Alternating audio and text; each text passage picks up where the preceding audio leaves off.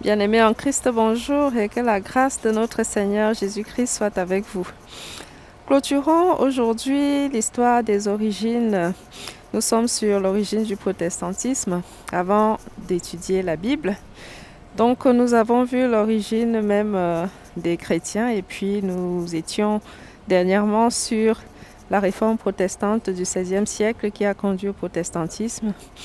Parlons un petit peu aujourd'hui rapidement des 3 principaux réformateurs avant de poursuivre avec l'étude de la Bible. La suite après la prière.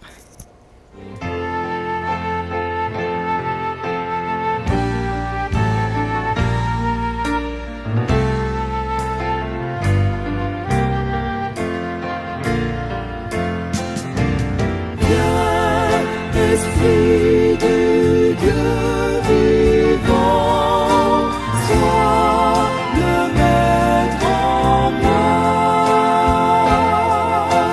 Viens, Esprit du Dieu vivant, sois le maître en moi. Sonde-moi,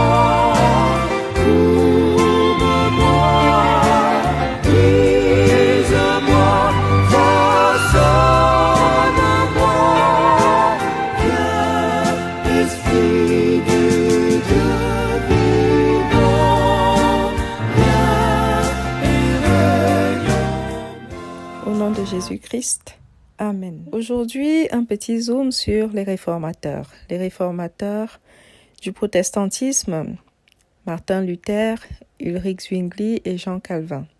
Comme nous l'avons vu, la réforme protestante du XVIe siècle a été initiée en 1517 par Martin Luther. Puis la réforme a suivi du côté de la Suisse avec Ulrich Zwingli et puis plus tard Jean Calvin. Ce qui a donné naissance au protestantisme et qui peut justifier un certain intérêt pour ces grands réformateurs. Faisons un bref résumé, un petit zoom sur leur vie, qui ils étaient et quelle était leur pensée. Commençons par Martin Luther.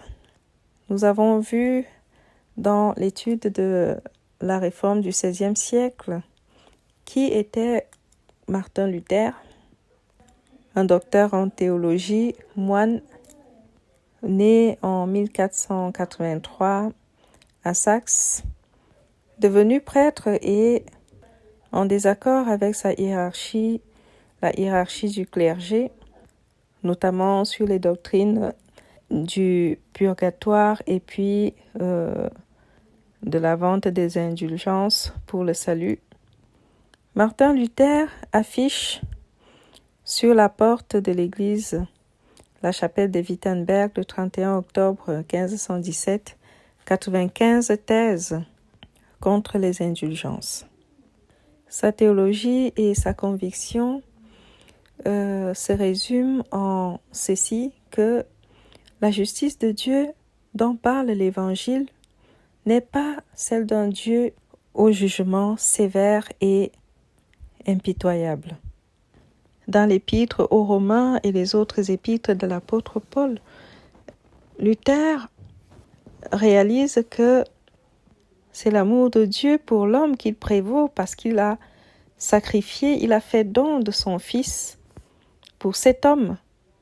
Et c'est uni à Christ par la foi que l'homme pécheur pourra vivre, c'est-à-dire subsister devant Dieu qui est juste.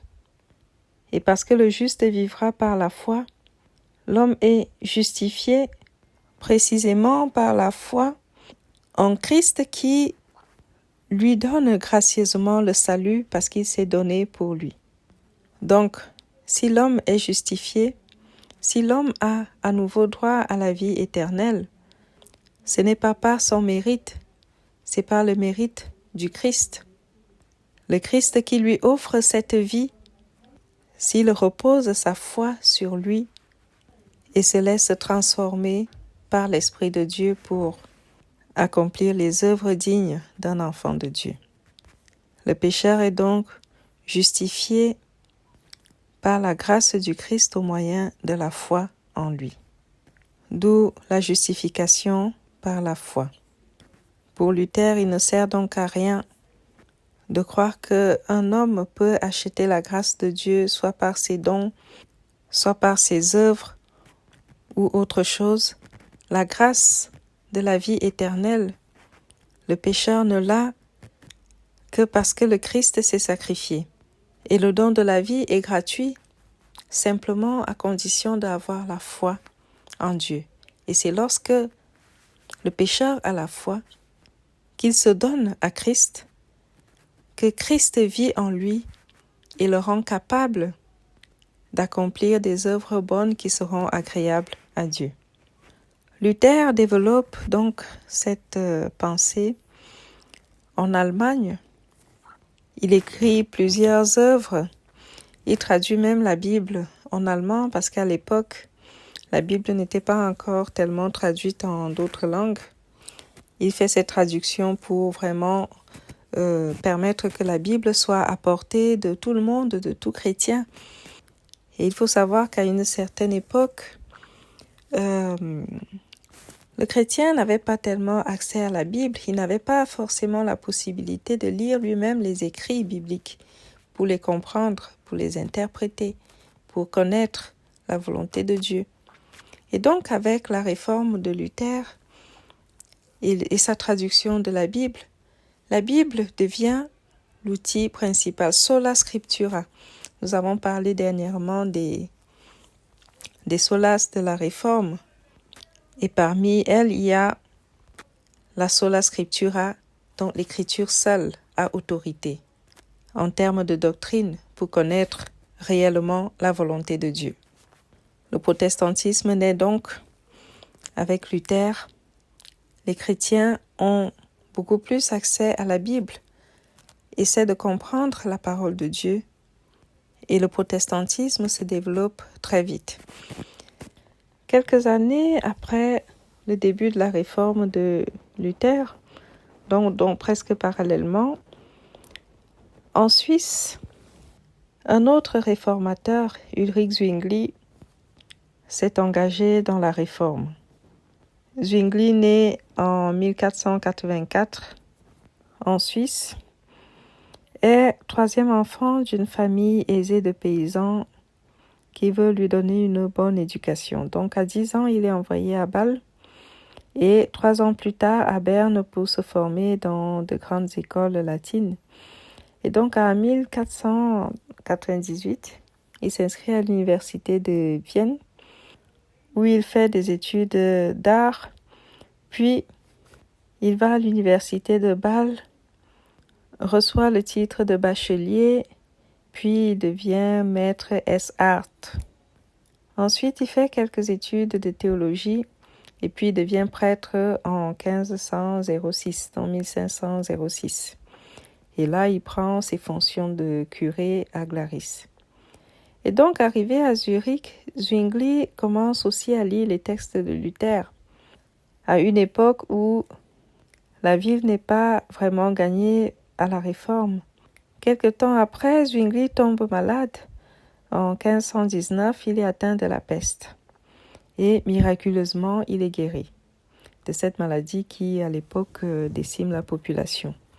Donc, cette épreuve l'éclaire un peu et il réalise, le néant de la créature. Il réalise que, en fait, l'homme n'est rien. Que tout vient de Dieu, que tout est grâce. Zwingli se met donc dans la quête personnelle du salut.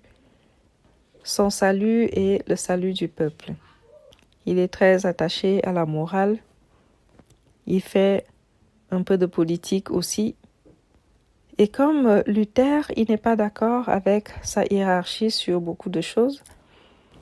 Par exemple, le célibat forcé des prêtres, le fait que les prêtres n'ont pas le droit de se marier. Il décide de se marier, comme Luther d'ailleurs, qui était marié aussi. Il entreprend la réforme de la ville. Il écrit des thèses sur les écrits bibliques. Il met en place des cours bibliques et il développe vraiment la réforme du côté de la Suisse. Il est suivi quelques années plus tard en Suisse par Jean Calvin, qui est né en France, du côté de Noyon en Picardie. Donc, le père de Jean Calvin le destinait à la prêtrise, mais à la suite de quelques problèmes avec les chanoines de Noyon, il oriente plutôt vers le droit. Donc Calvin étudie le droit à Orléans puis à Bourges, auprès des meilleurs maîtres de son temps, et à la mort de son père, il se tourne vers la théologie et les lettres. Il apprend le grec et le hébreu, et en 1534, il rompt définitivement avec l'Église catholique parce qu'il est attiré par des idées nouvelles et qui n'est pas tout à fait d'accord avec le clergé. Un jour, alors qu'il se rend à Strasbourg, il passe par Genève. Et Genève vient à cette époque-là d'adopter la réforme sous l'influence de Guillaume Farel, qui était, lui, on va dire, comme un disciple de Zwingli. Calvin décide donc de rester à Genève avec Farel, et parce qu'il se mêle un peu de politique, il rencontre quelques difficultés et est obligé de se retrouver à Strasbourg quelque temps après avec son ami Martin Bucer, où il va exercer les fonctions de pasteur et de professeur. Finalement, en 1540, il retourne à Genève, où il restera 23 ans finalement, jusqu'à la fin de sa vie, et où il fera un grand travail de réforme à Genève, la cité de Calvin, où il va restructurer l'Église dans sa forme protestante, bien sûr. Il va écrire des catéchismes, restructurer les formes de prière, la liturgie. Beaucoup de points sur les formes liturgiques que nous avons aujourd'hui viennent de Jean Calvin. Les trois réformateurs, Martin Luther, Ulrich Zwingli et Jean Calvin, étaient tous d'accord sur les principes fondamentaux qui fondent les convictions du protestantisme. On les a résumés dans les 5 solas: le soli Deo Gloria, à Dieu seul la gloire, la sola gratia, le salut par la grâce seule, au moyen de la foi, le solus Christus, seul Jésus-Christ est le médiateur entre Dieu et nous, la sola fide, le salut par la foi seule et non les œuvres ou les sacrements, mais par la foi en Christ qui le donne gracieusement. Et la sola scriptura, la Bible comme seule autorité en matière de doctrine. Voilà, bien-aimés, grosso modo présenté les trois réformateurs qui ont donné naissance au protestantisme. Après ces préalables sur l'histoire d'Israël, l'histoire de la naissance du christianisme, l'histoire du protestantisme, prochainement, nous commencerons la lecture de la Bible.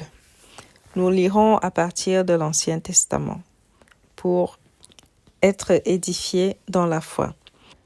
Mais avant de lire, en commençant par l'Ancien Testament, nous allons voir la prochaine fois quelle est la structure et la composition de la Bible que nous allons étudier. D'ici là, que Dieu nous garde et que Dieu nous bénisse. Amen.